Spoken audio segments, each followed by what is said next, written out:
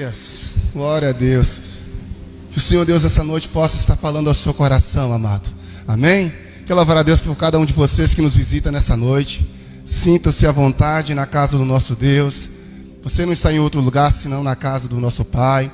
Amém? Nós não vamos citar os nomes hoje, mas você sabe que você está na casa do Senhor. Fique à vontade para a glória de Jesus. Quem está aqui pela primeira vez aqui, levanta a mão. Primeira vez. Uau, Deus abençoe. A segunda vez. Bacana. Amém? Vamos orar, amados? Abra sua Bíblia comigo primeiro em Efésios capítulo 2. E nós estaremos ministrando a palavra de Deus para as nossas vidas. E nós estaremos crendo que Deus tem uma palavra para o seu coração. Você acredita nisso, que Deus tem uma palavra para o seu coração hoje? Em nome de Jesus. Efésios capítulo 2.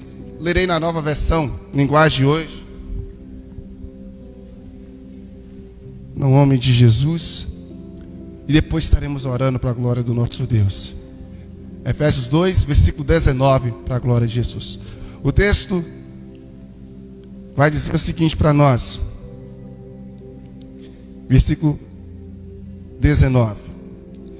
Assim já não sois estrangeiros, nem forasteiros, mas concidadãos dos santos e da família de Deus, edificados sobre o fundamento dos apóstolos e dos profetas, e de que Jesus é a principal pedra de esquina.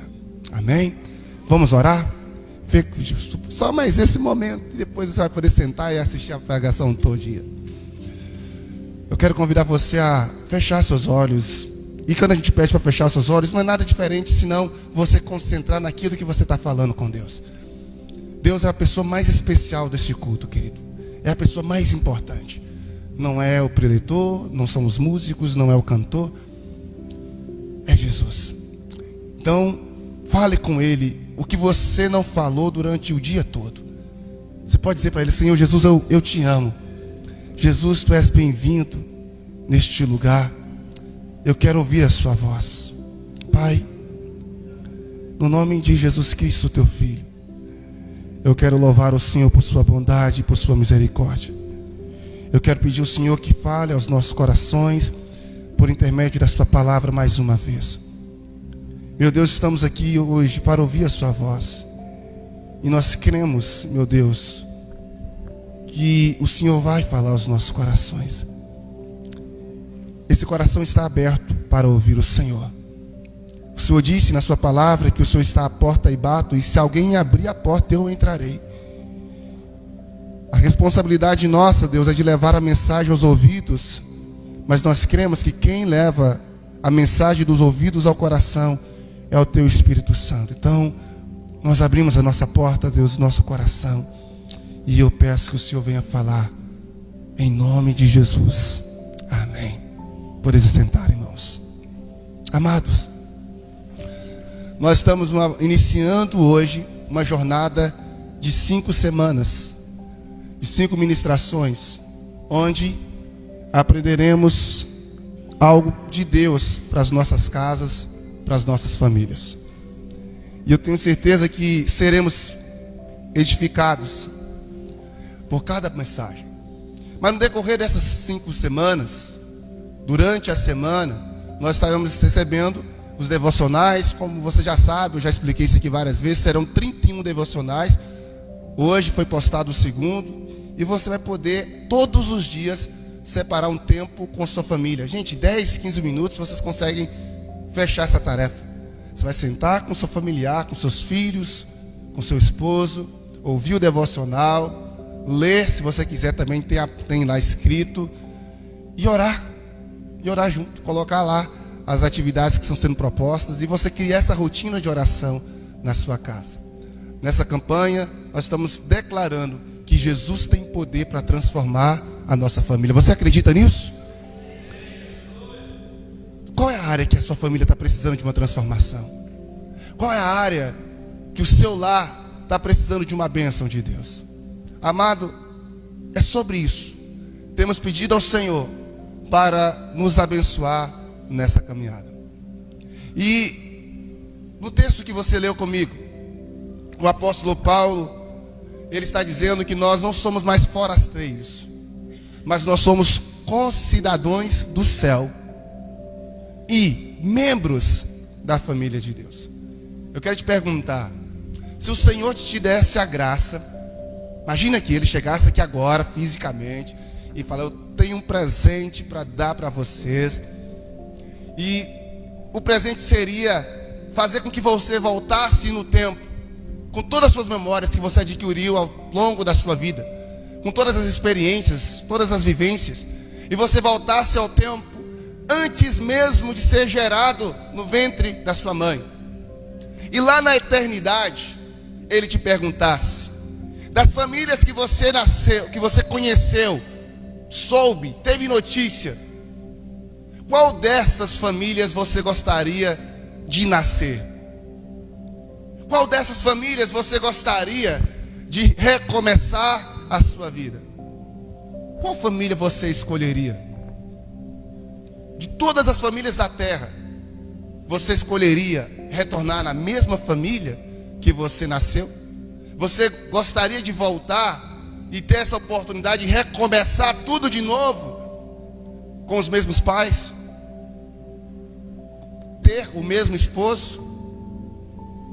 Ter a mesma esposa? Você faria algo diferente nesse processo? Sim ou não? Pense aí. O que você mudaria? Quais as personagens da sua história hoje que você retiraria da sua família? Quais personagens você traria para o seio familiar? É claro que essa pergunta é hipotética, apenas para refletirmos sobre qual a importância e qual o peso que a minha família está tendo na minha vida. Eu de fato não sei se muitos aqui falaram que gostaria de mudar de família. Eu não sei se você gostaria de mudar de pais, de filhos, de esposo, de esposa. O fato é que Deus na eternidade não te deu o direito de escolher a família que você haveria de nascer. Deus não te deu o direito de escolher nem aonde mesmo você nasceria. Talvez se eu perguntasse para você onde você gostaria de nascer, qual país você gostaria de ter nascido, você gostou de ser brasileiro? Você gostou de ser almenarense? A palavra de Deus diz no livro de Salmos 139, no versículo 15 a 16, na versão Nova Tradução Linguagem de hoje, diz o seguinte: tu viste quando os meus ossos estavam sendo feitos, quando eu estava sendo formado na barriga da minha mãe, crescendo ali em segredo, tu me vistes antes de eu ter nascido. Os dias que me destes para viver foram todos escritos no teu livro, quando nenhum deles ainda existia.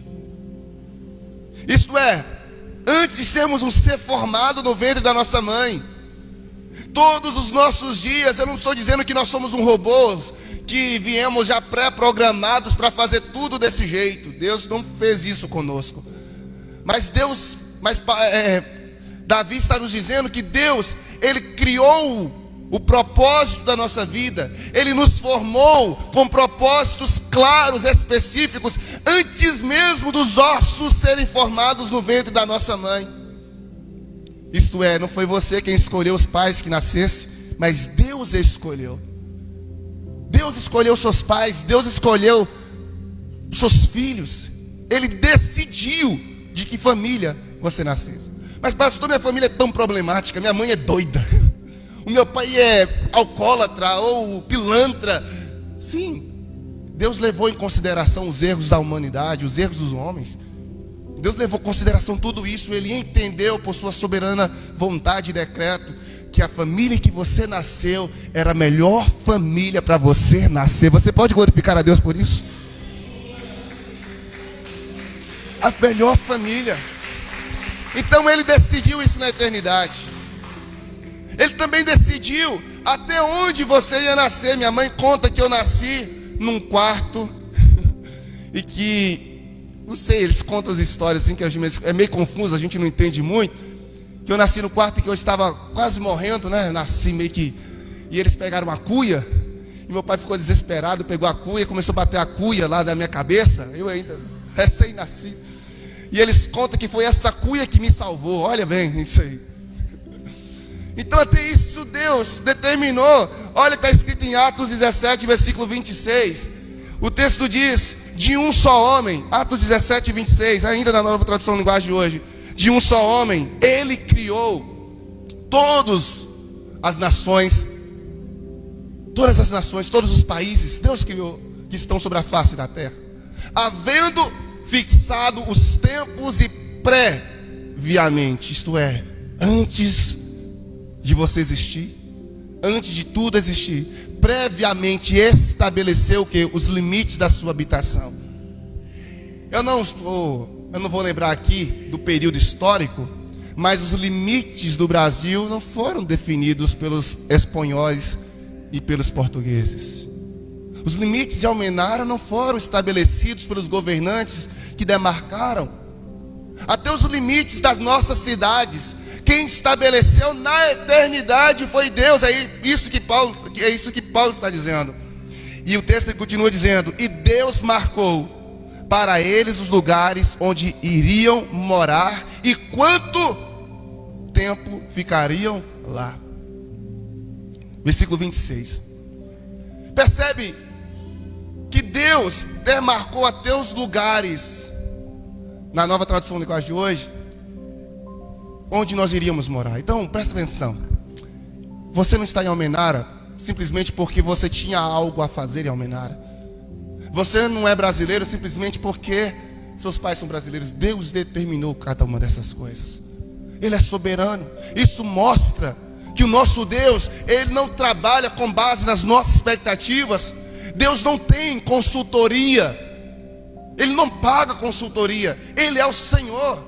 Ele é aquele que detém. Ele é o próprio conhecimento. Ele é a própria razão de ser. Ele não tem causa. E alguém poderia perguntar: se Deus determinou a família que eu nascesse, se Deus determinou os lugares da minha habitação, e quanto tempo ficaria aqui? Quem foi que determinou isso para Ele? Quem determinou?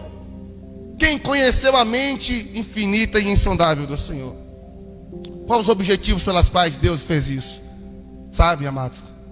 No livro de Tiago, capítulo 17, fala que Deus determinou isso tudo por causa do seu infinito amor que Ele tem para conosco. Deus determinou cada uma dessas coisas. Para resumir a introdução dessa mensagem é: Deus, por sua infinita bondade, determinou a família que eu nasci, o lugar onde eu morei, onde eu estou morando e até quando vou ficar morando aqui, por causa de uma única coisa: Ele pensava no nosso bem. Ele pensava em nós, em nossa alegria, e para que nós nos tornássemos a melhor versão de nós mesmos. Parece um jargão de coach, né? Melhor versão de si mesmo, mas de fato é isso que Deus quer que nós nos tornemos. A cada dia pessoas melhores. E por isso o ambiente da sua casa, sua família, está cooperando para que você se torne essa pessoa. Romanos capítulo 8 diz que todas as coisas cooperam, contribuem para o bem daqueles que amam a Deus e que foram chamados segundo o seu decreto eterno. Tudo está cooperando, tudo está fazendo sentido. Até as misérias, até as dificuldades, os problemas estão cooperando para isso. Pastor Rick Warren, no seu livro Uma Vida com Propósito, que os irmãos já conhecem bem, diz que Deus nunca faz nada de maneira acidental.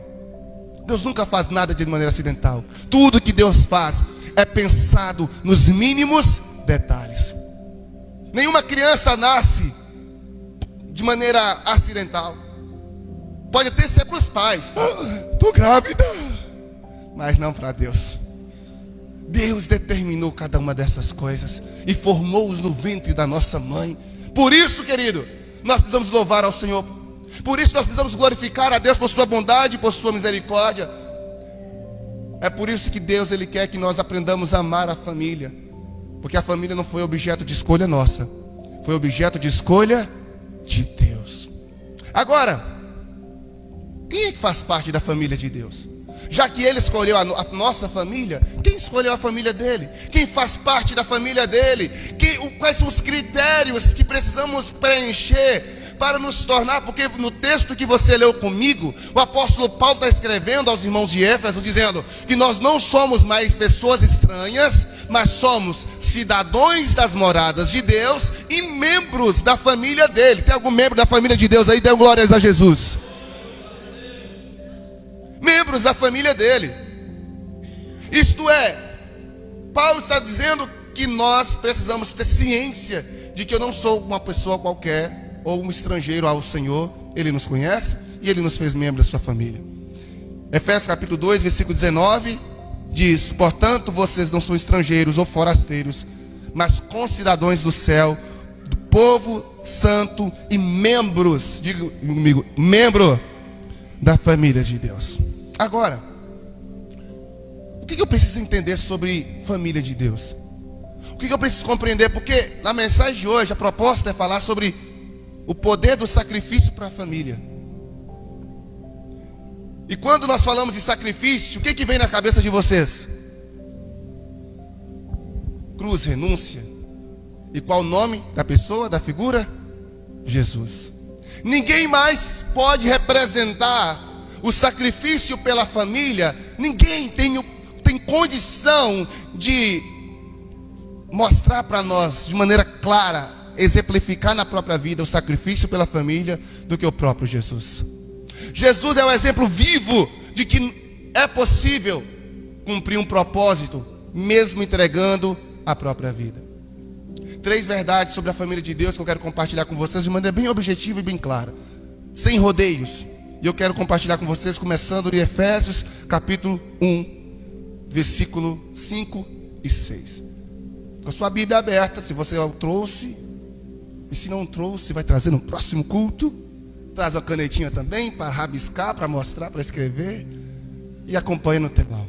Versículo 5 diz: em amor nos predestinou, agora na nova versão, NVI, em amor nos predestinou para sermos adotados como filhos por meio de Jesus Cristo, conforme o bom propósito da sua vontade, para o louvor da sua gloriosa graça, a qual nos deu gratuitamente no amado. Primeira verdade que eu quero que você entenda sobre a família de Deus.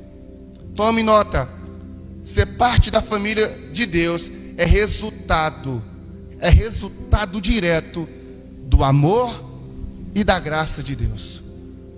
Entenda, os fatores que nos fazem fazer parte da família de Deus não está baseado na nossa meritocracia, não está baseado no quanto eu sou bonito, o quanto eu sou um cara legal, o quanto eu sou honesto, o quanto eu sou bacana, o quanto eu sou uma pessoa gente fina. Nenhum desses critérios era o suficiente para que nós pudéssemos fazer parte da família de Deus. Nenhum desses critérios. Porque a família de Deus estava resumida em Pai, Filho e Espírito Santo. E em algum momento Deus decidiu adotar outras pessoas. Eu não sei se você conhece pessoa que é adotada, ou você é uma pessoa adotada, ou você pretende adotar. Mas não tem uma coisa que reflete um amor e uma graça maior do que a adoção. É você decidir trazer para o seu leito, para a sua casa, para o seu relacionamento, para o seu seio de intimidade, alguém, uma pessoa, entre aspas, um elemento estranho, que não tem nenhuma conexão sanguínea com você. E que isso é uma construção a longo prazo, e que tem diversas possibilidades de dar certo ou de não dar, de trazer alegria ou de não trazer. Os irmãos conhecem a minha história com a minha esposa, sabe da minha infertilidade. A gente não tem filhos, e diversas formas, irmãos, eu já me peguei. Vamos adotar ou não vamos adotar? Adota ou não adota? Adota ou não adota? Confesso para vocês, irmãos, que é uma confusão. Tem hora que eu e ela tá tudo empolgado. Não, vamos adotar, vamos começar. Inclusive nós fizemos até um projeto lá em Itaiobeiras, visitamos as casas de passagem e caminhamos com uma criança meses. Na hora que estava tudo certo, aí a justiça decidiu devolver a criança para os pais, porque tinha dado certo. A gente ficou feliz, foi voltado para a casa dos pais, mas ficamos arrasados. Foi depois desse dia que a gente acabou nem esfriou a ideia. Mas a adoção de Deus para conosco é algo fantástico e que revela o tamanho da graça dele. Sabe por quê? Porque Deus não estava adotando qualquer ser do universo. Deus estava adotando os piores seres do universo no sentido do pecado. Não foi a vaca, não foi o boi, não foi nem a serpente que fez com que o pecado entrasse no mundo, mas foi o homem no seu orgulho, foi a mulher no seu orgulho em querer ser igual a Deus. É só você lembrar do que está escrito no livro de Ezequiel e no livro do profeta Isaías, quando relata o momento em que Satanás, conhecido até então em algumas versões bíblicas por Lúcifer, criatura, foi formada para adorar a Deus no seu santo monte. Ninguém tinha acesso ao trono de Deus como ele tinha. Não havia nenhum querubim tão bonito e formoso como ele. As mais belas pedras preciosas. Imagine essa pedra foi criada no dia que Lúcifer foi criado para decorar as roupas dele. É isso que está escrito no livro de Ezequiel. E tamanha era a sua glória, e certa feita ele passa e vê sua beleza. Ele disse: uau, espelho, espelho meu, tem alguém no céu mais bonito do que eu? É exatamente isso que aconteceu em seu coração. E a Bíblia diz que nesse momento nasce o pai de todos os pecados. Qual é ele? O orgulho. O orgulho é o pai de todos os pecados. E a partir desse momento o pecado surge, e o mesmo pecado que ele cometeu no céu, ele desceu à terra e tentou Eva para cometer. Quando ele disse a Eva: certamente no dia que você comer dessa árvore, você não vai morrer. Ele não quer que você coma, porque no dia que você comer, você vai se tornar semelhante a ele. Eva caiu na cilada, consecutivamente Adão. E o ser humano deu origem ao pecado na humanidade. A essas pessoas que pecaram e que até hoje continua pecando através de tantos vícios, da idolatria, de tantas as coisas horríveis. Se você liga aquele jornal, eu não assisti mais nunca, porque cada coisa que você escuta, você não acredita que é possível o ser humano cometer tantas atrocidades. Gente, eu sinceramente bugo a mente quando eu vejo alguns acontecimentos que nós fazemos. Então Deus olha para esse homem perdido, Deus olha para essa mulher perdida e fala: eu quero essa pessoa na minha família. Eu quero essa pessoa sentando à mesa comigo. Eu quero essa pessoa morando na minha casa. Eu desafio você. Eu desafio você a sair pelas ruas de Almenara e procurar prostituta, ladrão, e enfim, várias pessoas que cometem a vida errada e falar: eu quero essa pessoa morando comigo. Eu quero adotar essa pessoa. Eu acho que ninguém faria isso. Na sua sã consciência não faria.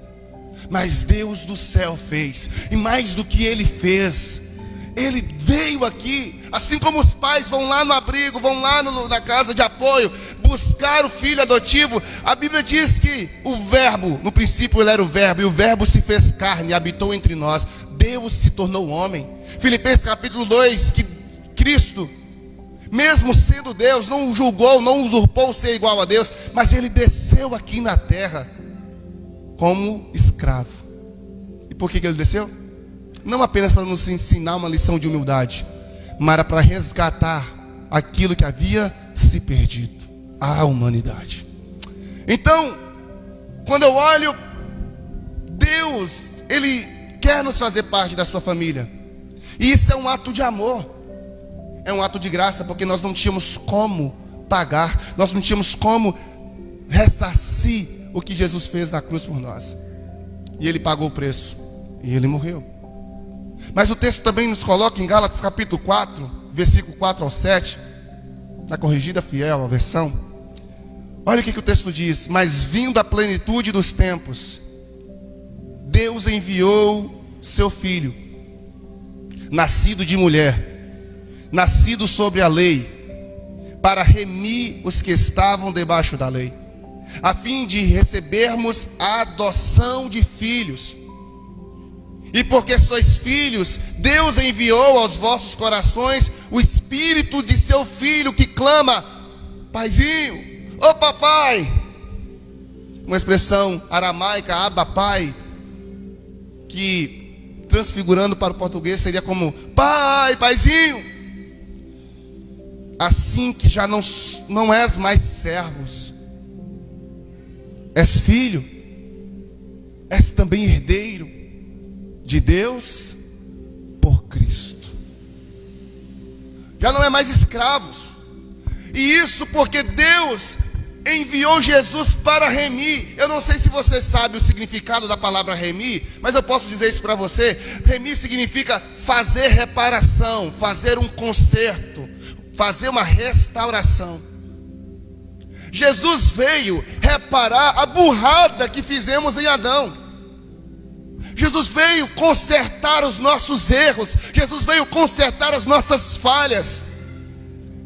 Ele veio arrumar a bagunça que fizemos um dia, quando nós desobedecemos a Deus e seguimos o nosso próprio caminho, a nossa própria vaidade, através do orgulho do nosso coração.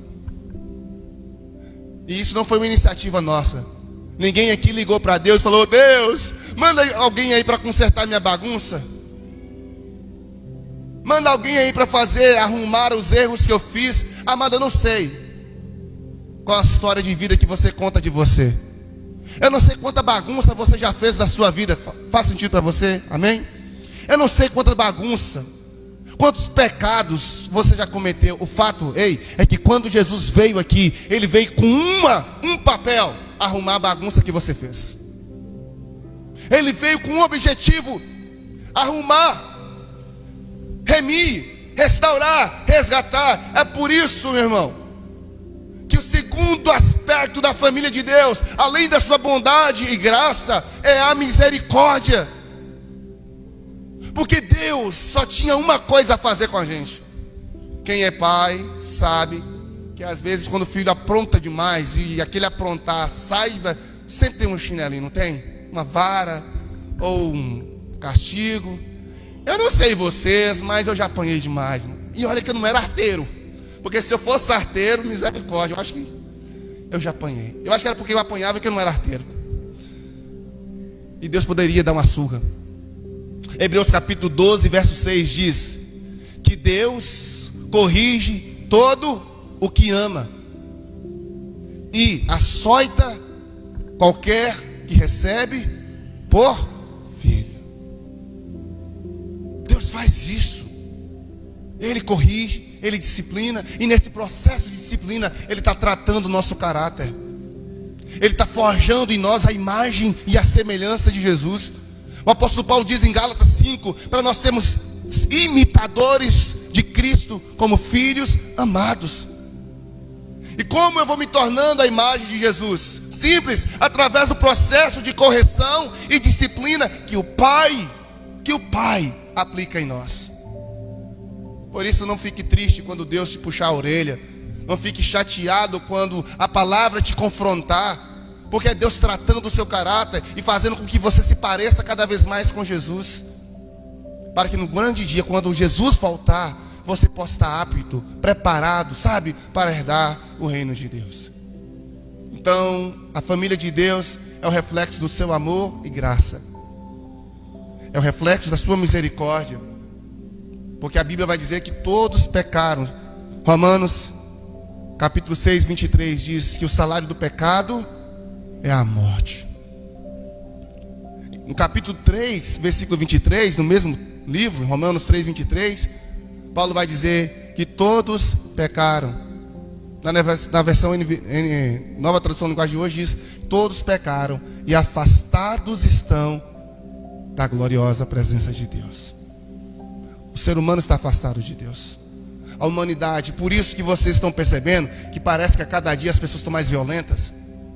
Parece, tem uma impressão, talvez, não sei se é só minha, ou se você concorda comigo, parece que a cada dia as pessoas estão mais egoístas, orgulhosas. Parece que a cada dia as pessoas estão buscando mais o seu próprio prazer, individualista, insensíveis. Os filhos cada vez mais rebeldes, pais cada vez mais indiferentes, focados no trabalho, focados no ser e esquecendo de ser, a sociedade vai mal a pior. Sabe por quê? Porque eles estão afastados de Deus. E quando você está afastado, quanto mais afastado você está de Deus, mais difícil fica de ouvir a voz dele. Isso é uma lei da física. Vocês estão me ouvindo aqui, mas certamente saiu daqui, poucos vão conseguir me ouvir. E eu quero te fazer uma pergunta: a que distância você está de Deus? Tem muitas pessoas que falam: mas pastor, eu não estou sentindo mais ouvir Deus, não estou sentindo mais Deus, eu não estou ouvindo mais o Senhor. É uma das perguntas que você precisa fazer: a que distância que eu estou de Deus? Amado, porque entenda, se você me perguntar aonde Deus está no meio da sua dor, algumas pessoas perguntam: mas pastor, Deus estava onde quando eu encontrei meus filhos nas drogas? Quando eu perdi meus filhos para as drogas? Deus estava onde quando eu perdi aquela pessoa que eu amava? Deus estava onde quando eu passei por esse BO todo da vida? Eu te respondo: Ele estava no mesmo lugar quando estava vendo Jesus morrer naquela cruz. Ele não saiu de lá nenhum passo. Ele continua sendo Deus sentado no seu trono, mas só que Ele não está sentado assistindo a gente ver passar pelos nossos BOs da vida e sendo indiferente. Deus não é um Deus indiferente. Deus é um Deus presente. Um dos nomes de Jesus é Emanuel. A palavra Emanuel, traduzido do hebraico, significa Deus dentro do homem, ou Deus presente, Deus conosco. El Deus, man homem. É por isso que você precisa entender que Deus está presente com você, independente das circunstâncias que você estiver passando. Sabe por quê? Porque você faz parte da família dele, e Deus não abandona quem faz parte da família dele. Agora eu quero falar a terceira verdade. Eu disse que seria breve, objetivo. Eu perguntei aqui quem faz parte da família de Deus. E essa pergunta, quando ela é feita, cerca de 100% ou 99, alguns quebrados por cento dizem fazer parte da família de Deus. Responde de maneira convicta que é membro da família de Deus. Porém, talvez alguns não sabem que não é todo mundo que faz parte da família de Deus. Não é todo mundo que foi recebido como filho e foi adotado por Deus. Não é todo mundo. E quem são essas pessoas que foram adotados? Quem de fato? Porque, meu irmão, olha bem, quem tem algum pet em casa? Eu tenho um que está arrancando minha cabeça e destruindo meu bolso. Aliás, meu não, né? Da minha esposa. Uma semana agora já foi quase 400 conto. Eu falei: meu Deus do céu, a bichinha custou 150 e já foi mais de R$2.000 de investimento naquela cachorra. Eu falei: meu Deus do céu, vai nos empobrecer. Mas você tem um pet em casa? Eu tenho certeza que você tem um pet, for cuidadoso, igual minha esposa é com a minha lá de casa. Ela gastou quase R$400 porque a cachorra amanheceu gritando de dor, chorando. E ele estava literalmente chorando. Ela na hora, pegou essa cachorra, desceu para o veterinário ali e pronto, só voltou com a fatura, 400 conto. Melhorou, a cachorra está boa. E por que eu estou dizendo isso? Porque lembra quando aquela mulher Ciro-Fenícia chegou para Jesus e disse: mestre, a minha filha está endemoniada lá em casa, por favor, cura ela, cura ela. E Jesus estava nem aí, seguiu o seu caminho. Mas ela foi gritando mais alto e mais alto e mais alto, mais alto. Até os discípulos ficaram: ô mestre, despede essa mulher, está gritando como uma doida. Decide o que o senhor pode fazer para ela. Fala se vai abençoar, se não vai. Dá um jeito, porque ela está gritando demais. Sabe o que Jesus respondeu para elas? Não é bom pegar o pão dos filhos e dar aos cachorrinhos. Literalmente Jesus colocou essa mulher numa posição de cachorrinho, de cachorra. Mas não no sentido como se coloca aqui hoje. E por que chamava de cachorro? Porque aquela mulher, ela fazia parte da região de Samaria, era Ciro-Fenícia, então ela não era judia. Quando Jesus veio à terra, quando veio ao mundo, ele veio para salvar um único país. Um único país. Qual é o país? Israel. Deus desceu ao mundo para salvar a nação dele, Israel. Mas o povo de Israel fez o que com ele? Crucificou, matou ele. João capítulo 1, versículo 12, está escrito: veio para o que era seu, mas os seus não receberam. Mas quantos o receberam, deu-lhes o poder de se tornarem filhos de Deus. Essa é na versão corrigida, né? Ali está ali, na versão nova linguagem de hoje. Isto é, o povo de Israel rejeitou. Por eles terem rejeitados, Deus falou: tá bom, vocês não querem? Pois agora os brasileiros também podem ser salvos. Os argentinos também podem ser salvos. Pois agora, qualquer pessoa do mundo inteiro que querer e crer, vai receber essa salvação e fazer parte da minha família. Como eu falei, estava tudo planejado por Deus. E a partir desse momento, nós recebemos a oportunidade de fazer parte da família de Deus.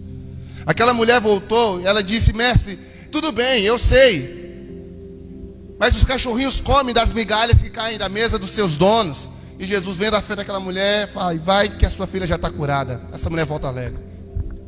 Só que Deus não nos fez para comer migalhas. Deus nos fez para sentar à mesa. Filhos não comem migalhas, filhos comem à mesa. Mas infelizmente muitos de nós ainda estamos vivendo com migalhas de Deus, porque nós não estamos nos portando como filho, ainda estamos vivendo como criatura. Porque entenda, meu irmão, as pessoas são criaturas de Deus. Quem está escrito? E criou Deus o homem, a sua imagem, semelhança. Criar é uma coisa, gerar é outra. O único filho que Deus tinha é Jesus, gerado em Maria. O texto que nós lemos diz: gerado em uma mulher. Veio o Espírito Santo, colocou Jesus no ventre dela e ela pariu Jesus. O restante, todo mundo, foram criados. Se é criado, é uma criatura. Criatura não tinha direito ao céu. Criatura não faz parte da família. Ainda que muitos querem que os pets façam parte da família, mas eles nunca vão chegar a ser. Biologicamente não consegue. Pode ser adotado, gostar, pode, mas nunca vão ser, porque essa é a essência deles. Criatura. Você está entendendo? Está acompanhando em nome de Jesus? Por isso, eu quero terminar dizendo da terceira verdade que você precisa entender sobre a família de Deus. A família de Deus é um ato da sua graça e bondade. A família de Deus é um ato de misericórdia, quando um Deus santo decidiu perdoar os pecados de um povo ruim como a gente. Mas a família de Deus só faz parte dela. Ei, isso é importante para você. Só faz parte da família de Deus quem recebe Jesus como Senhor da sua vida, quem decide crer em Jesus. Só faz parte da família de Deus quem tem o Filho. João disse: quem tem o Filho tem a vida. Quem não tem o Filho não tem a vida. Mas pastor, eu creio em Jesus. E Tiago disse: se você crê em Deus, está fazendo uma coisa boa. Mas até o diabo acredita, até o diabo crê em Deus. Crer, ter fé não é suficiente. Tiago vai dizer que a fé sem obras é morta. Isto é, eu acredito, mas eu não vivo. Você está me entendendo? Crer é teoria. O Senhor está nos chamando para viver o que eu creio. Por isso, olha o que o texto diz no livro de Romanos, capítulo 10. Paulo escreve em Romanos, capítulo 10, na nova tradução linguagem de hoje, versículo 9 ao 11. Paulo vai dizer: a saber, olha comigo, se você disser com a sua boca, Jesus é o Senhor, e no seu coração crer que Deus ressuscitou Jesus, será salvo. Por quê? Nós cremos com o coração e somos aceitos por Deus, falamos com a boca, assim como somos salvos. Isto é, você precisa crer no seu coração. Mas você precisa declarar isso publicamente. Você precisa viver isso publicamente.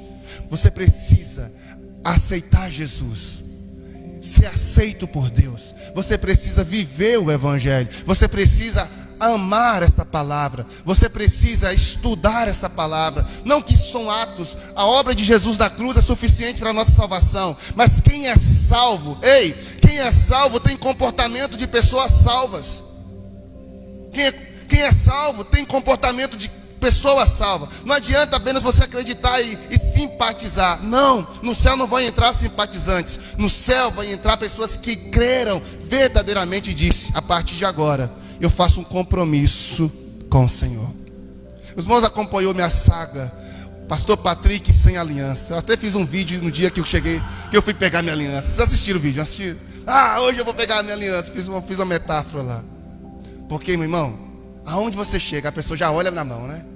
É casado ou não é? Identifica que você tem um compromisso, que você teve um voto com alguém. O que o Senhor quer é que você faça um voto com Ele, que você creia em Jesus, mas que você viva e faça um compromisso. Eu já fiz isso.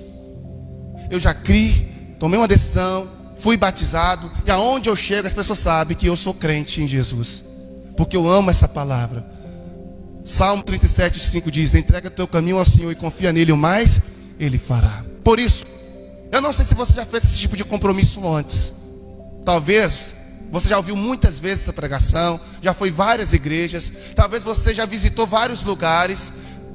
Mas lembra que eu falei no início que Deus determinou até os lugares onde nós iríamos habitar? Pode ser hoje que Deus determinou que você possa crer, e não apenas crer, mas tomar uma decisão de seguir o que essa palavra nos manda fazer. A partir de agora, você pode tomar uma decisão a mais poderosa da sua vida. Quem sabe você já fez umas melhores escolhas, já fez escolhas fantásticas, mas nenhuma escolha da sua vida se compara com a escolha de crer em Jesus e de servir e de seguir a Ele, de fazer parte de uma comunidade de fé. Tem muita gente que fala: não, eu creio em Jesus, mas não preciso de igreja. Precisa sim, porque quem ama o noivo, quem quer casar com o noivo, tem que levar a família junto. Não adianta, meu irmão, não é? Ninguém conhece a família para depois conhecer o noivo. Isso antigamente, né? Quando os pais faziam aqueles negócios lá, coitados dos noivos. Mas hoje você conhece o noivo, mas depois tem que conhecer a família. Então não adianta falar que você está apaixonado por Jesus se você odeia a família dele. Você tem que estar fazendo parte de uma família. Você precisa estar sendo pastoreado. Você precisa estar sendo discipulado. Você precisa aprender e crescer em Jesus. E por isso, eu quero fazer um convite a você. Pastor, mas aonde está o tema da mensagem? O poder do sacrifício pela família. O Senhor falou do sacrifício de Jesus, para que você pudesse fazer parte da família dele. Essa primeira mensagem que eu quero que vocês entendam é que nenhuma família nessa terra vai conseguir ter paz verdadeira, vai conseguir usufruir da graça verdadeira, se os membros dessa família na terra não fazer parte da família do céu. Não adianta. Por isso tem muita gente quebrando cabeça. Vai em psicólogo, vai em terapeuta, vai nisso, aquilo, e não resolve. Sabe por quê? Porque está precisando do principal, Jesus. Se o Senhor não edificar a casa, em vão trabalham os que edificam. Então eu te pergunto, e nós vamos orar. Você que ainda não tomou essa decisão de crer em Senhor, você que está afastado de Jesus, você não quer trazer Jesus para a sua família agora e falar: a partir de agora eu quero fazer um compromisso, um voto com o Senhor? A igreja pode ficar de pé para a gente orar? Se você quer fazer esse compromisso, meu irmão, se você quer honrar o sacrifício de Jesus pela família, o sacrifício de Jesus pela família, receba Ele como Salvador da sua vida.